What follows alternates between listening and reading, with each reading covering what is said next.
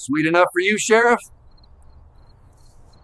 The phone buzzed against the kitchen counter at 2:17 a.m., lighting up with a message that would end my marriage and begin something much darker. I wasn't supposed to see it. Melissa had forgotten her second phone, the one she thought I didn't know about, charging next to the coffee maker. The screen showed a preview of a text from R. Can't wait to feel you again tomorrow night. Wear the red dress. My hands didn't shake. That surprised me.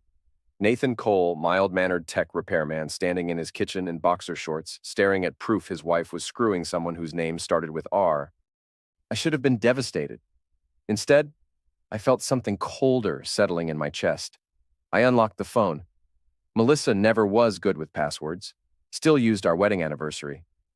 The irony wasn't lost on me. The messages went back 3 months. Detailed plans, hotel rooms, complaints about me. He's so boring, R just fixes his little computers and never talks. You make me feel alive. Then I found the photos, Sheriff Daniel Rook. The same man who'd pulled me over for speeding last month and let me off with a warning because we're neighbors. He was buried between my wife's legs in a motel room I recognized, the Pine Valley Inn, 20 minutes outside town. I scrolled through dozens of images, videos. My wife's face twisted in pleasure I hadn't seen in years.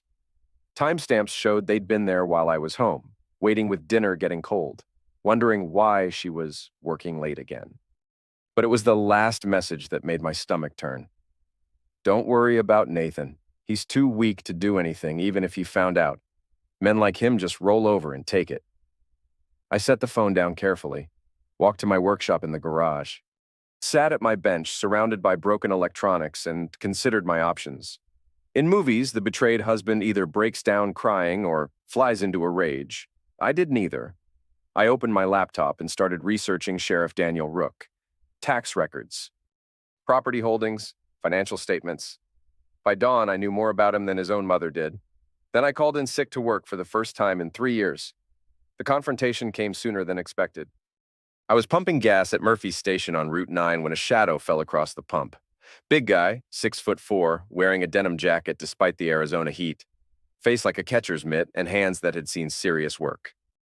You Nathan Cole? He asked, voice like gravel in a blender. Depends who's asking. Name's Brick, got a message for you. He stepped closer, close enough that I could smell tobacco and cheap cologne. You need to back off. She's not yours anymore. I kept pumping gas, not looking at him. I'm sorry, I think you have me confused with someone else. Don't play dumb, computer boy. You know what I'm talking about. Your wife's moved on. Time you did the same. And if I don't, Brick's hand moved to his jacket. Then we'll have problems. I finished pumping, hung up the nozzle, and turned to face him fully. You know what's interesting about threats, Brick? They only work if the person you're threatening has something to lose. Everyone's got something to lose. Not me. Not anymore. I started walking toward my truck. That's when he grabbed my shoulder and spun me around. The punch came fast, caught me across the jaw, and sent me stumbling against the pump. Several people at other pumps turned to look. Next time won't be so gentle, Brick said, loud enough for the audience. Stay away from what ain't yours. I wiped red stains from my lip and smiled. Thank you. What? You just gave me everything I needed. Brick looked confused as I climbed into my truck and drove away. In the rearview mirror, I watched him standing there, probably wondering what the I meant. He'd find out soon enough. Cody Lang lived in a single-wide trailer 15 miles outside town, surrounded by desert scrub and the kind of silence that came from being truly alone. We'd been friends since high school, but that was before the Middle East changed him. Before he came back with scars on the outside and something broken on the inside. I knocked on his door at sunset. It took 5 minutes before he answered, holding a beer in one hand and a pistol in the other. Nathan? Jesus. What happened to your face? Can I come in? He stepped aside, and I entered his world. Sparse furniture, clean surfaces, everything organized with military precision. Maps on the walls, books about tactics and survival. The smell of Magnum oil and loneliness. Haven't seen you in 2 years, Cody said, setting the pistol on a side table. What brings you out to paradise? I need help. What kind of help? I told him everything. About Melissa, about Rook, about Brick and the gas station. Cody listened without interruption, his face growing darker with each detail. So, what do you want to do about it? He asked when I finished. I want them gone, not dead, gone. I want them to lose everything that matters to them the same way they took everything from me. Cody was quiet for a long moment. Then he stood up and walked to a tool cabinet in the corner. You ever done this before? No. He pulled out a .357 Magnum Colt, checked the cylinder, and handed it to me. The weight surprised me. Solid, purposeful, heavy with potential. First rule of warfare, Cody said, is know your enemy. Second rule is be prepared for anything. You want to play with the big boys, you need to understand the rules. I'm not looking to end anyone. Maybe not. But they might be looking to end you. Especially if you start making them uncomfortable. He gestured toward the door. Come on, let's see what you're made of. We spent the next 3 hours in his backyard practicing target fire. The Magnum kicked like a mule and made my ears ring despite the protection, but by the end of the session, I could hit a beer can at 20 yards. You're a natural, Cody said as we cleaned up.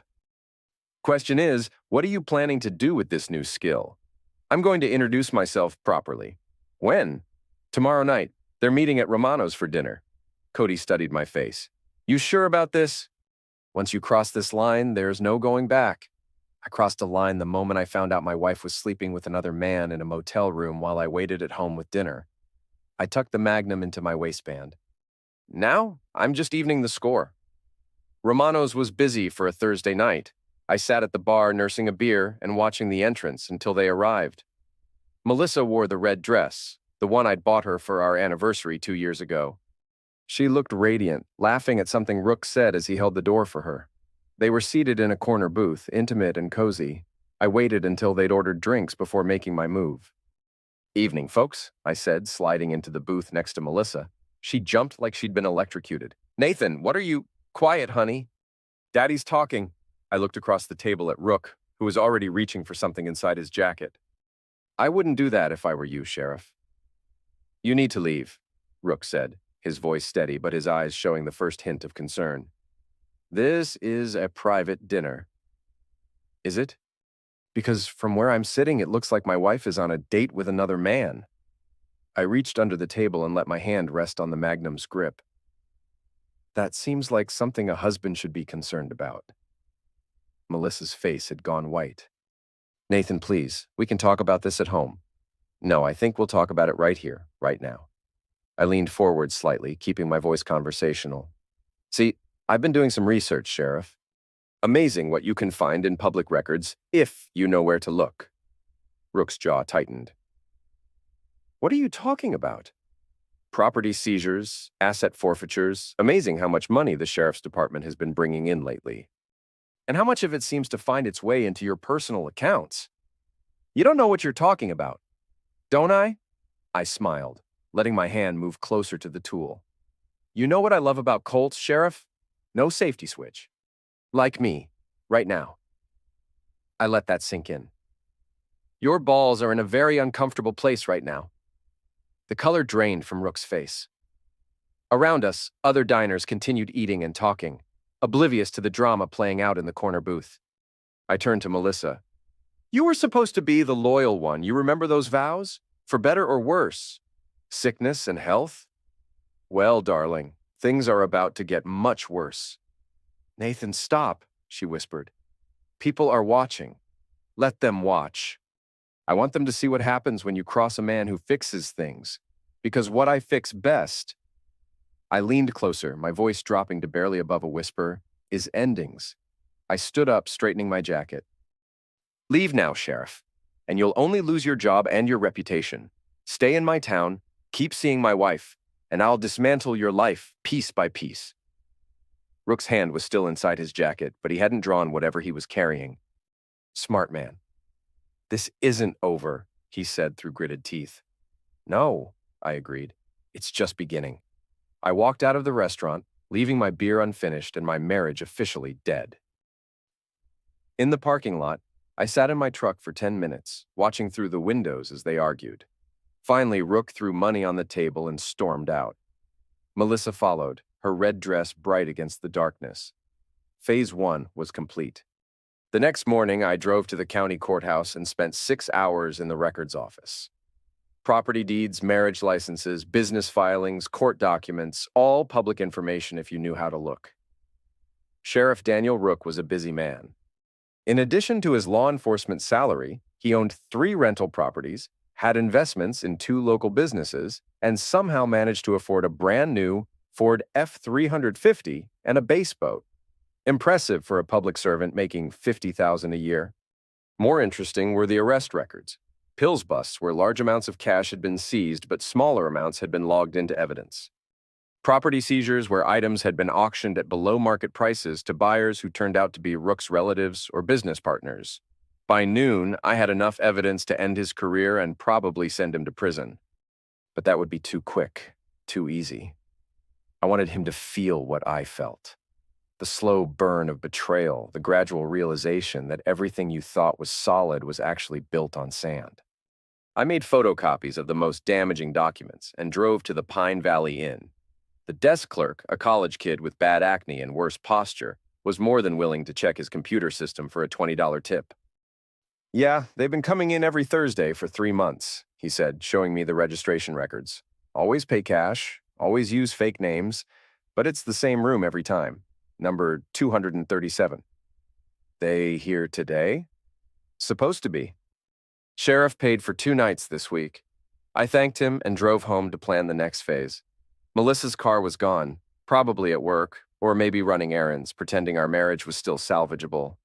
I downloaded the photos from her phone to my laptop and backed them up to 3 different cloud storage accounts. Insurance. Then I called Internal Affairs for the County Sheriff's Department. "This is Lieutenant Harris. How can I help you?" "I have information about financial irregularities involving Sheriff Rook, cash discrepancies from pills seizures and property forfeitures." "What kind of information?"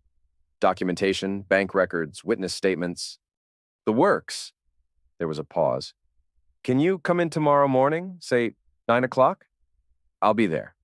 I hung up and smiled. Rook thought he was dealing with a weak, passive husband.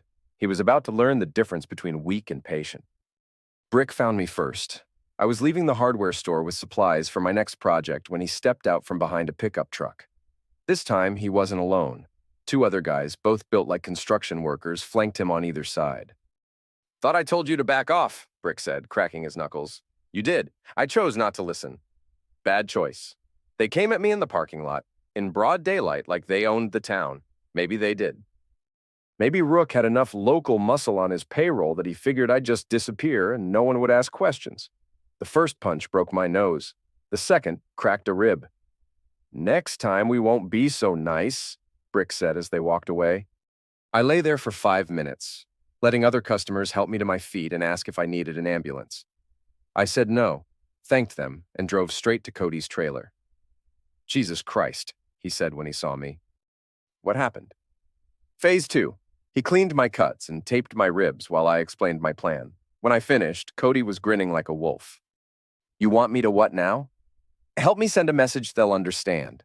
"Nathan, what you're talking about is kidnapping." "No, what I'm talking about is having a conversation. A very persuasive conversation." Cody looked at me for a long moment. "You know there's no coming back from this, right? You do this, you're not the same man anymore." Good.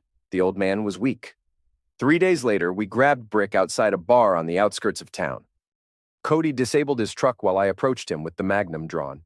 "Get in," I said, pointing to my pickup. "Screw you." I put a round into his front tire. "Get in, or the next one goes into your kneecap." Brick got in. We drove him to an abandoned warehouse on the industrial side of town, a place Cody had scouted earlier. Inside, we tied him to a chair and waited for him to sober up. "You boys are in deep crap," Brick said when he came to. "You know who I work for?" "I know exactly who you work for," I said, pulling up a chair across from him. "Question is, does he know where you are right now?" Brick's confidence flickered.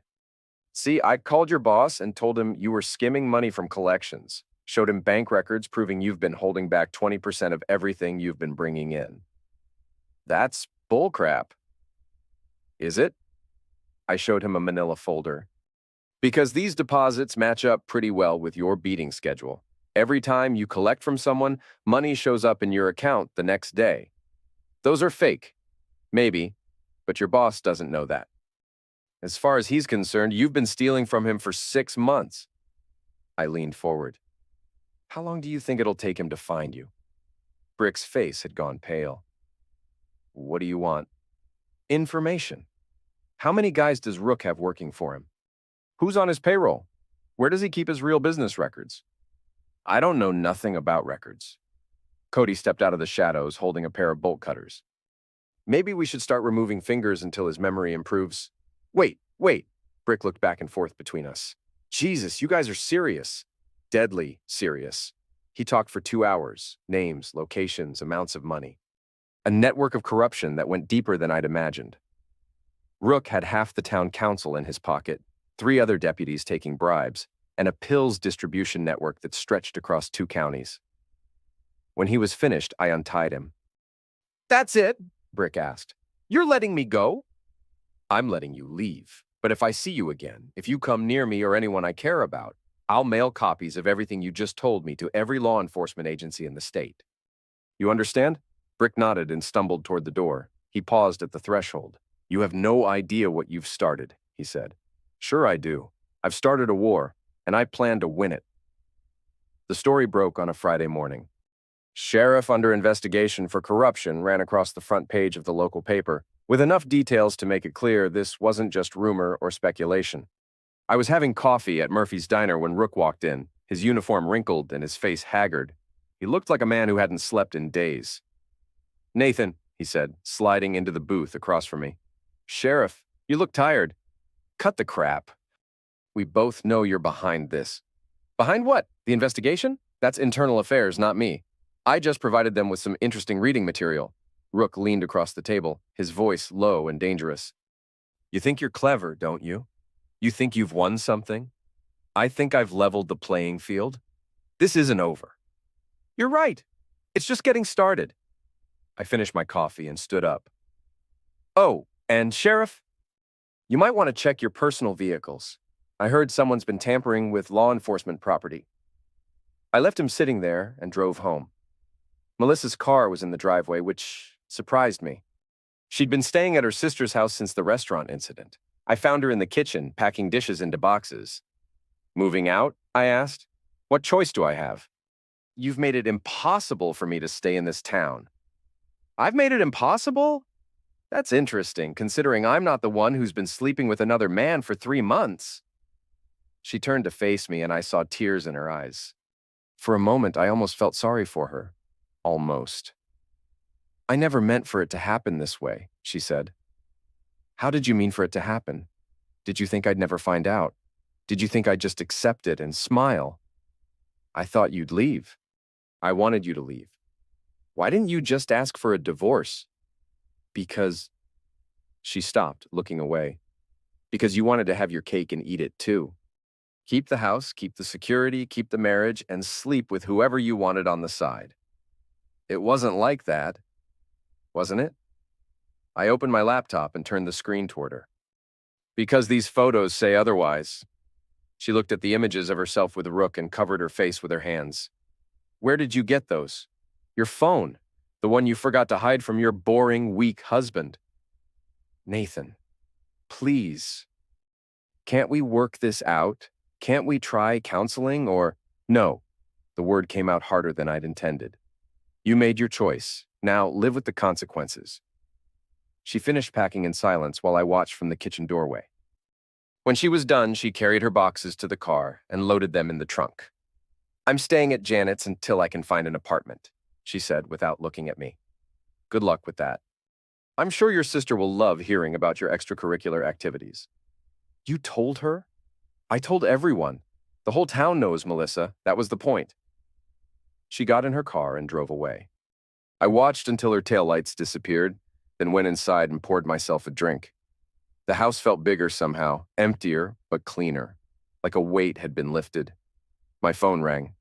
Cody. You see the news? He asked. About the investigation? Yeah, I saw it. No, the other news. Someone blew up Rook's patrol car last night. I sat up straighter. What? Happened around midnight. Car was parked outside his house. No one was hurt, but it's totaled. Fire department says it was definitely arson. Huh. Any idea who might have done something like that? Oh, I think we both know who did it. Question is, what's he planning next? I smiled and hung up. Whatever Rook was planning, I'd be ready for it. The retaliation came 3 days later. I was working late in my shop when I heard glass breaking in the house. By the time I got inside, they were gone. But the message was clear. Every window on the first floor had been shattered, and someone had spray-painted "Dead Man" across the living room wall. I called the police, knowing it was useless. The responding officer was Deputy Martinez, one of the names Brick had given me as being on Rook's payroll. Any idea who might have done this? Martinez asked, not bothering to dust for prints or take photos. Probably the same person who's been threatening me all week. Do you got any proof of these threats? Check with the sheriff. I filed a report after the gas station incident. Martinez looked uncomfortable. I'll see what I can find. In the meantime, you might want to consider installing a security system. After he left, I called a contractor to board up the windows and a cleaning service to deal with the paint. Then I drove to Cody's place. They're escalating, I told him. Expected. Cornered animals get desperate. What's our next move? Cody spread out a map of the town on his kitchen table. We take away his safe spaces, make him paranoid, make him sloppy. Over the next week, we implemented a campaign of psychological warfare.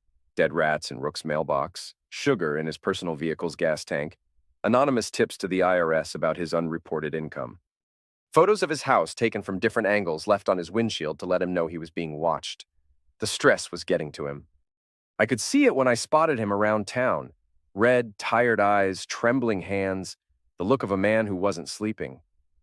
His wife filed a restraining order against unknown persons, and he started carrying his service tool even when off duty. But he wasn't backing down. If anything, the pressure was making him more dangerous.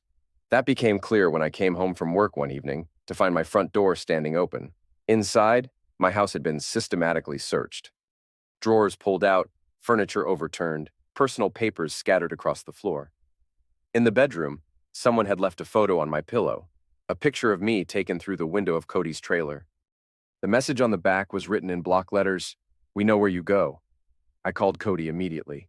"Pack a bag and get out," I told him. "They know about you. Let them come." "Cody, I'm serious. These aren't street thugs." "Rook's got resources and he's getting desperate. So are you. So am I. That's what makes this interesting. This isn't a game. No, it's war. And in war, you don't retreat when things get difficult. You press the attack." He was right, but that didn't make me feel any better about dragging him deeper into this mess. Cody had his own demons to deal with without adding my problems to the list, but he'd made his choice, just like I'd made mine. We were committed now, all the way to whatever ending waited for us. The plan came together over the weekend. Cody had been tracking Rook's movements and discovered a pattern. Every Sunday night, he drove to a storage unit on the east side of town and spent an hour inside Unit 247. "Has to be where he keeps the real records," Cody said. "The ones he can't risk having at home or the office." "How do we get inside?" "We don't. We let him come to us." Cody explained his idea, and I had to admit it was brilliant in its simplicity. We'd create a situation where Rook would have no choice but to expose himself, and we'd be waiting with cameras and backup when he did. Sunday night, I called in an anonymous tip to the fire department about a gas leak at the storage facility. While they evacuated the area, Cody planted surveillance equipment inside Unit 247 and left evidence suggesting someone had been through Rook's files. Then we waited. Rook showed up Monday morning, just as we'd predicted. He spent 20 minutes inside the unit, growing more agitated by the minute, as he realized his security had been compromised. When he came out, he was carrying a metal briefcase and talking rapidly into his cell phone. We followed him to a meeting at the Pine Valley Inn, the same motel where he'd been screwing my wife, room 237, the same room they'd been using for their Thursday afternoon sessions. Through the window, we watched Rook meet with 3 men I didn't recognize. Money changed hands, documents were exchanged, and Cody got it all on video through a telephoto lens. "Bingo," he said, showing me the camera's display screen. "Pills money, falsified evidence logs, and enough corruption to put him away for 20 years. What now? Now we make copies and send them everywhere. FBI, DEA, state police, internal affairs, local media. Cast the net wide enough, and even Rook's connections won't be able to make this disappear." But as we prepared to leave, Rook came out of the motel room alone. He looked directly at our car, smiled, and waved. Crap, Cody muttered. He knows we're here. How is that possible? Either we got sloppy or he's smarter than we gave him credit for. Rook got in his truck and drove away, leaving us sitting in the parking lot with evidence that might or might not be enough to bring him down. What do you think? I asked. I think we just walked into a trap. As if to confirm his words, two sheriff's department vehicles pulled into the parking lot behind us, blocking our exit.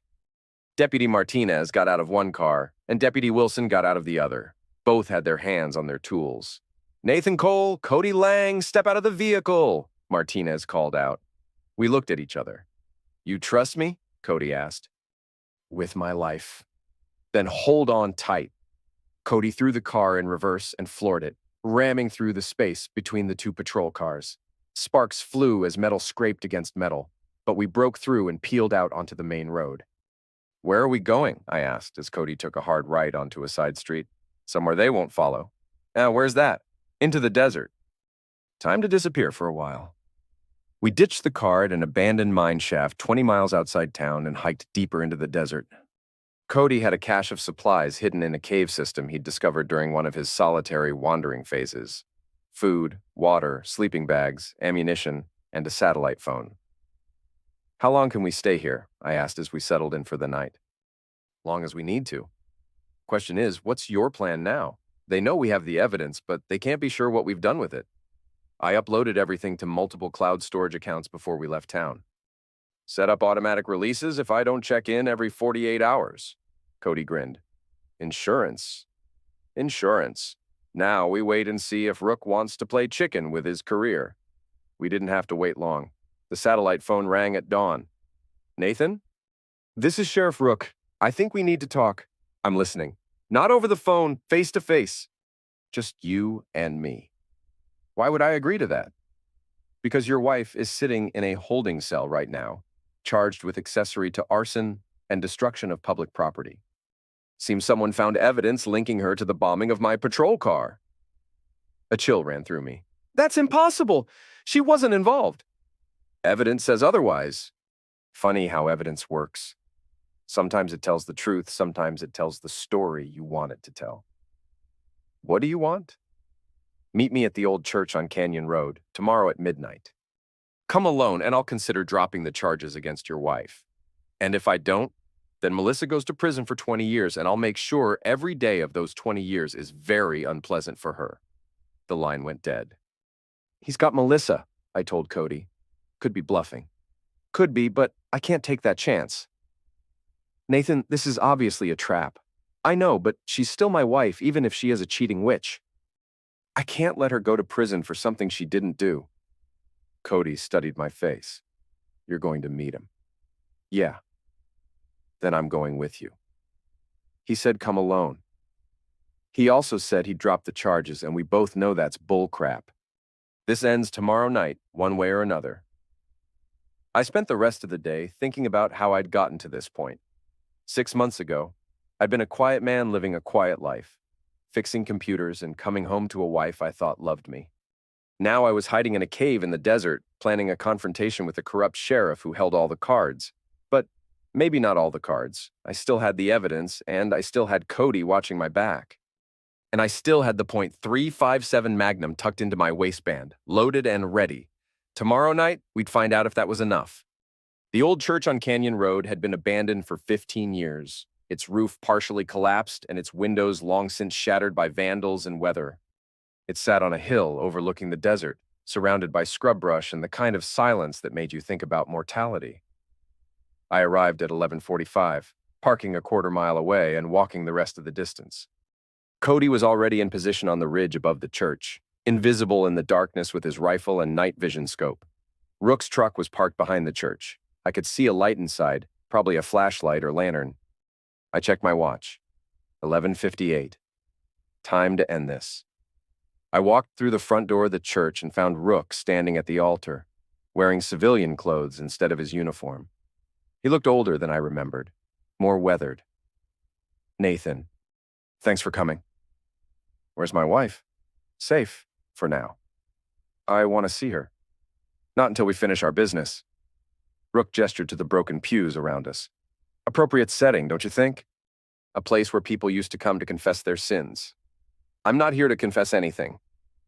No, you should be. Arson, attack, maltreatment, extortion. You've been busy. Not as busy as you. How many people have you had ended over the years, Rook? How much money have you stolen? How many lives have you destroyed? I've done what I had to do to survive in a world that doesn't give a crap about people like me. Small town sheriff, 47 years old, no college degree, no prospects. You think I wanted to get mixed up with pill sellers and money laundering? Nobody forced you to become a criminal, didn't they? You think I make enough money on a sheriff's salary to support a family? Put my kids through college? Pay for my wife's medical bills when she got cancer? So you decided to steal it? I decided to take what I could get when I could get it. Same as everyone else in this freaking town. Not everyone. No, not everyone. Some people are content to live small, quiet lives, fixing other people's broken crap for minimum wage while their wives sleep with other men behind their backs. The words hit like a slap, but I kept my expression neutral. Is that supposed to hurt my feelings? It's supposed to make you understand that we're not that different. We both want things we can't have. We both do what we have to do to get them. The difference is, I don't prey on innocent people. Innocent people? Rook laughed. You think your wife is innocent? You think the people in this town are innocent? Everyone's got secrets, Nathan. Everyone's got dirt under their fingernails. Maybe, but not everyone uses their badge to cover it up. The badge is just a piece of metal. Power is what matters. And power means being willing to do things other people won't do. I was getting tired of the philosophical discussion. Where's Melissa? She's in a safe place. Question is, are you ready to make a trade? What kind of trade? Rook reached into his jacket and pulled out a manila envelope. Evidence showing that you and your friend Cody have been running a pills operation out of his trailer. Photos, bank records, witness statements, very convincing. Fake. Doesn't matter, real enough to convince a jury. You give me everything you have on me, and I'll destroy this file and release your wife. And if I don't, then you and Cody go to prison for pills selling, and Melissa goes down as an accessory to your bombing spree. Everyone loses except me. I considered his offer. It wasn't much of a choice. Give up everything I'd worked for, or watch innocent people go to prison for crimes they didn't commit. How do I know you'll keep your word? You don't. But what choice do you have? That's when I heard footsteps behind me. I turned to see Melissa walking through the church doorway, but she wasn't alone. Deputy Martinez was behind her, holding a tool to her head. Sorry, Nathan, she said, tears streaming down her face. I'm so sorry for everything. Touching reunion, Rook said. Now, about that evidence. I reached into my jacket slowly, pulling out a flash drive. Everything's on here. Photos, documents, recordings, all of it? Toss it over. I threw the drive to him. He caught it and examined it briefly before slipping it into his pocket. You know what the funny thing is? Rook said. I actually liked you, Nathan. You reminded me of myself when I was younger. Quiet, honest, trying to do the right thing. But this world has a way of grinding people like us down until we become something else entirely. I'm nothing like you. Aren't you? You've lied, stolen, attacked people, committed arson. You've become everything you used to hate just to get revenge on a woman who stopped loving you. She betrayed me. She fell in love with someone else. It happens. Most people get divorced and move on with their lives, but not you. You had to turn it into a war. You made it a war when you sent your thugs after me. I was trying to prevent exactly this situation. I knew you'd found out about the affair, and I knew you were the type who wouldn't let it go quietly. So I tried to scare you off before things got complicated. Well, congratulations. Things are definitely complicated now. Rook nodded to Martinez, who pressed his tool harder against Melissa's temple. Here's what's going to happen. You're going to walk out of here and disappear. Leave town, change your name, start over somewhere else. In exchange, your wife gets to live. And you get to continue stealing and ending and destroying lives. I get to survive. In this world, that's the best any of us can hope for. I looked at Melissa, saw the terror in her eyes, and made my decision. Let her go, and I'll give you what you really want, which is Cody Lang. He's the one with the military training, the tools, the connections. I'm just a computer repairman who got in over his head. You want to eliminate the real threat? I'll tell you where he is. Rook's eyes lit up with interest. You betray your friend to save a woman who cheated on you? I'd do whatever it takes to keep an innocent person from dying. Melissa's not innocent. She didn't end anyone. She didn't steal from pill sellers or plant evidence or send thugs to beat people up. She just made a mistake that started all of this. No, your corruption started all of this. Her affair just gave me a reason to look closer. Rook considered this for a moment. Where is he? First, let her go. No deal. Tell me where Lang is, and then we'll discuss your wife's future. That's when the crack rang out. Martinez dropped like a stone, a neat hole in his forehead. Melissa screamed and dove for cover behind a broken pew. Rook spun toward the door, drawing his tools. Cody, he shouted. I know you're out there! Another crack shattered the window behind Rook, sending him scrambling for cover. I used the distraction to draw my own tools and put 2 rounds into the wall where Rook was hiding. You want Lang? I called out. He's right here!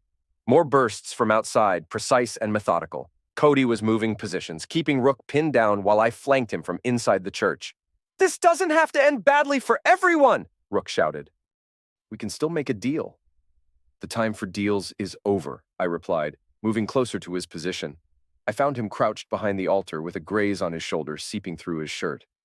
His tool was trained on the doorway, waiting for Cody to show himself. Drop the tools, I said, pointing my .357. Rook slowly lowered his pistol and set it on the floor. You know this doesn't solve anything. I'm not the only one. There are others, bigger fish than me. You think ending me is going to clean up this town? Maybe not, but it's a start. Nathan, Melissa called from her hiding place. Please, let's just go. Let's leave and never come back. I looked at her, cowering behind the pew, and felt something cold settle in my chest. You still don't get it, do you? Get what?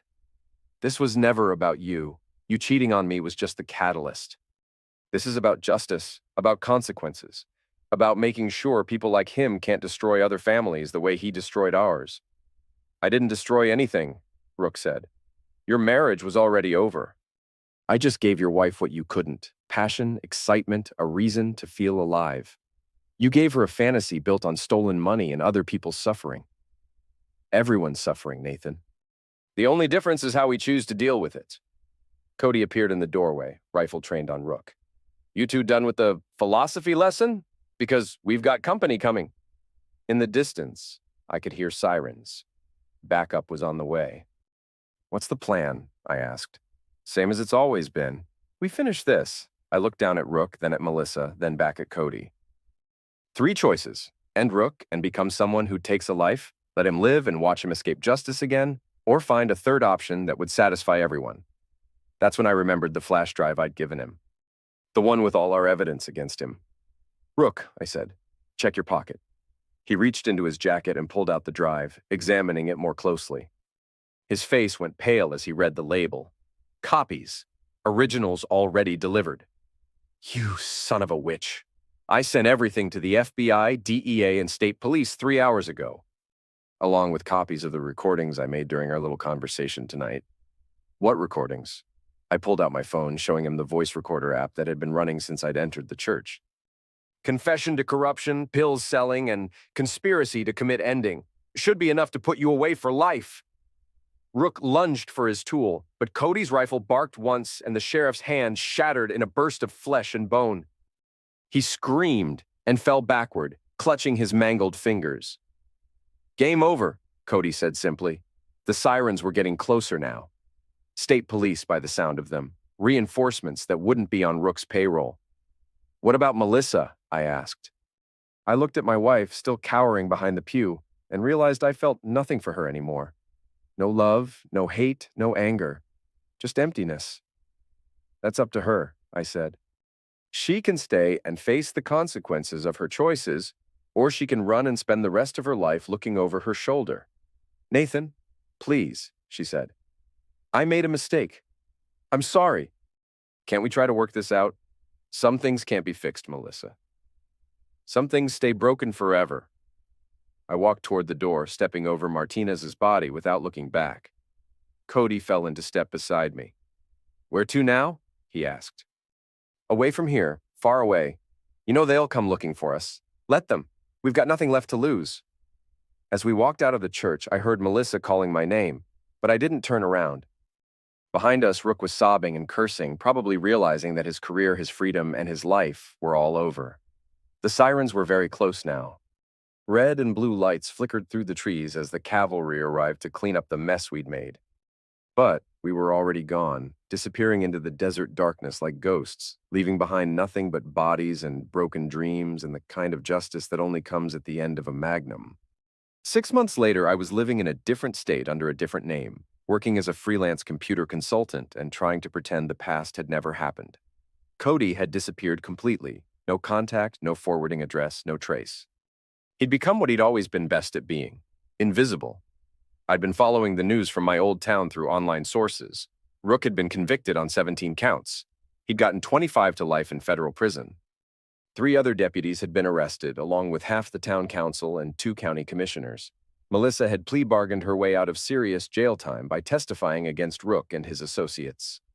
She'd gotten 2 years probation and community service. Last I'd heard, she'd moved back in with her parents and was working as a cashier at a grocery store. Justice, of a sort. I'd convinced myself I was done with all of it, that I'd moved on and built a new life. But then the call came. "Nathan, this is Ava Monroe. I think we need to talk."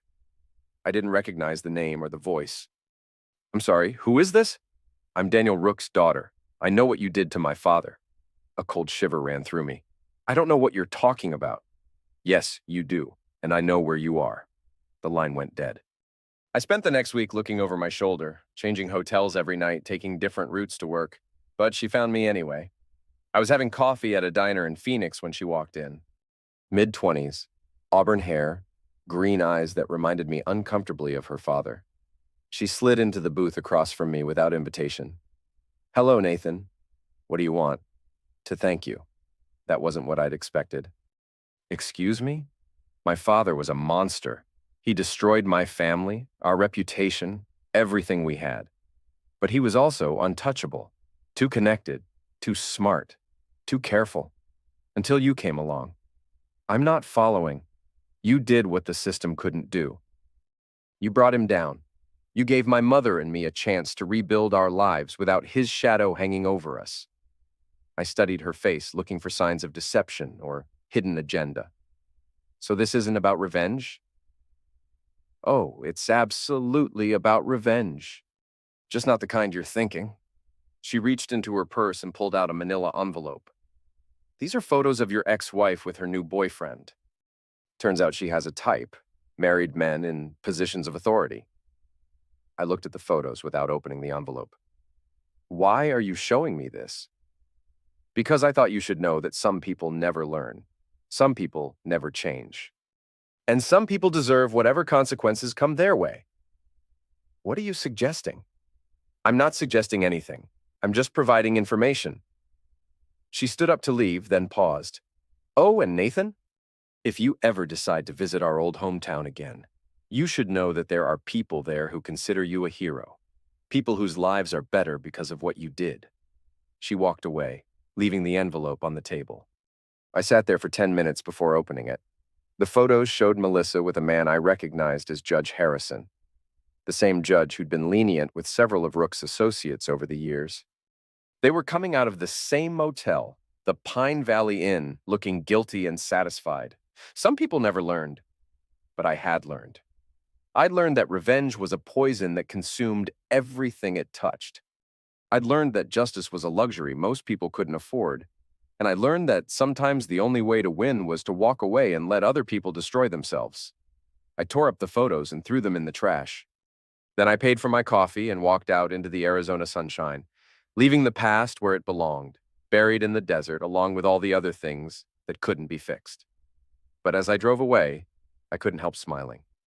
Because somewhere out there, Melissa was making the same mistakes that had destroyed our marriage. And sooner or later, those mistakes would catch up with her again. Some people never learned. But this time, it wouldn't be my problem to solve. I had a new life now, a clean slate, a second chance. and I intended to make the most of it. The phone in my pocket buzzed with a text message from an unknown number. Check your email. A. I pulled over and opened my laptop.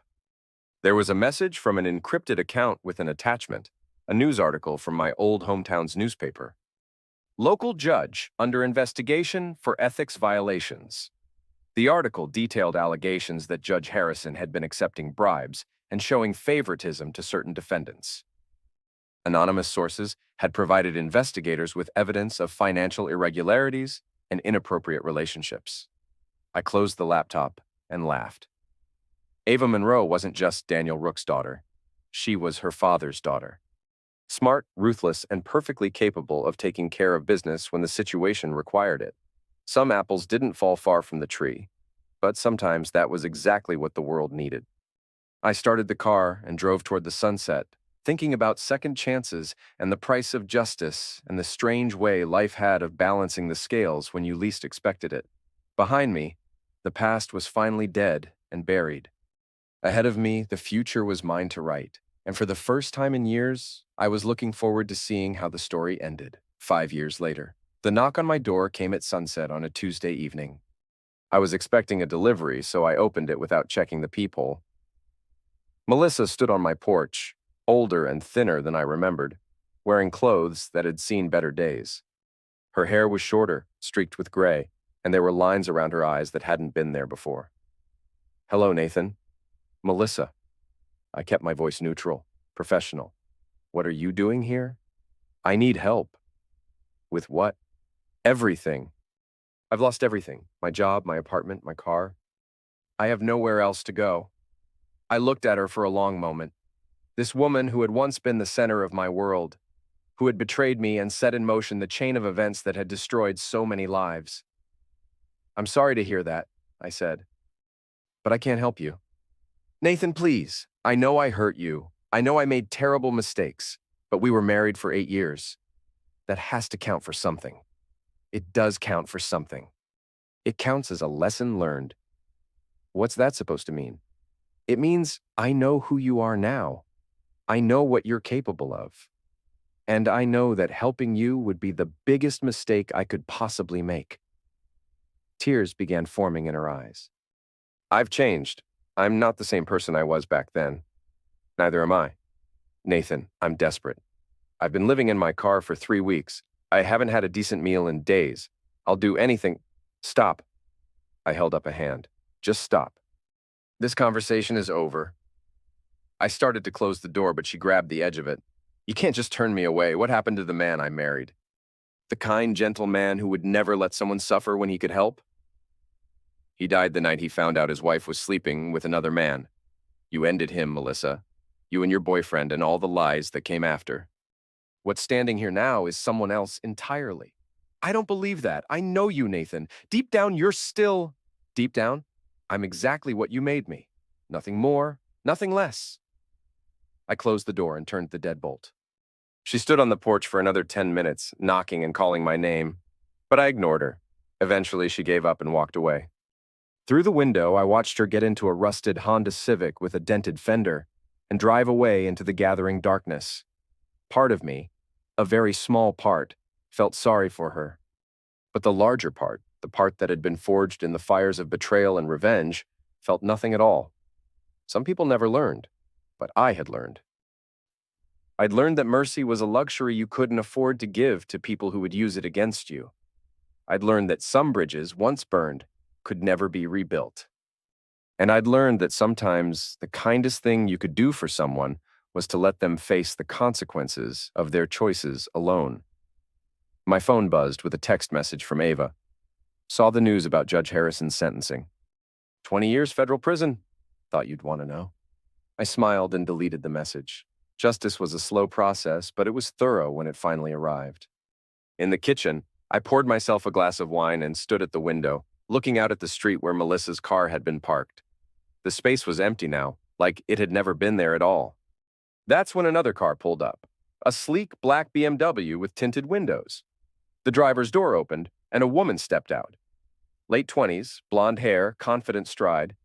She looked up at my house, smiled, and started walking toward the front door. I opened it before she could knock. Nathan Cole? She asked. Yes. I'm Sarah Mitchell. I represent certain interested parties who have a proposition for you. What kind of proposition? The kind that involves solving problems for people who can't solve them themselves. People who need someone with your particular skill set. I looked at her for a moment, considering. Then I stepped aside and gestured for her to come in. Let's talk. As she walked past me into the house, I caught a glimpse of another car parked at the end of the block. Someone sitting behind the wheel, watching. The game wasn't over. It had just evolved. I closed the door and followed Sarah into the living room, already thinking about new possibilities, new challenges, new ways to balance the scales when the system failed. Because that's what I did now. I fixed things that couldn't be fixed through normal channels. I solved problems that couldn't be solved through normal means. I was the last resort for people who had nowhere else to turn. And business, as they say, was booming.